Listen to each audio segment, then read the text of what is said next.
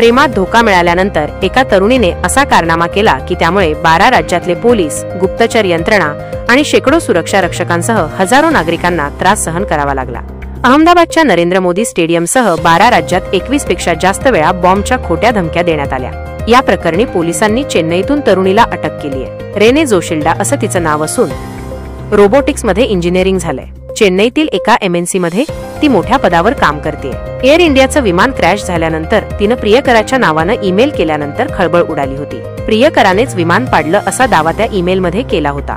पोलिसांनी दिलेल्या माहितीनुसार तरुणीचं तिच्या सहकार्यावर एकतर्फी प्रेम होतं, पण फेब्रुवारीत तरुणाचं लग्न झालं। या लग्नानंतर तरुणीने त्याचा बदला घ्यायचं ठरवलं। यासाठी प्रभाकरच्या नावाने अनेक मेल ID तयार केले, त्यावरून ती खोट्या धमक्या पाठवायला लागली। पोलिसांपासून वाचण्यासाठी तिनं डार्क वेब, व्हर्च्युअल ID बाबतच्या तिच्या ज्ञानाचा वापर केला।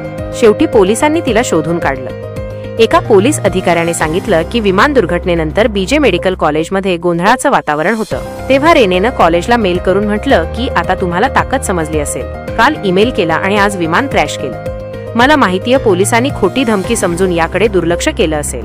शाबास पायलट, आता समजलं असेल।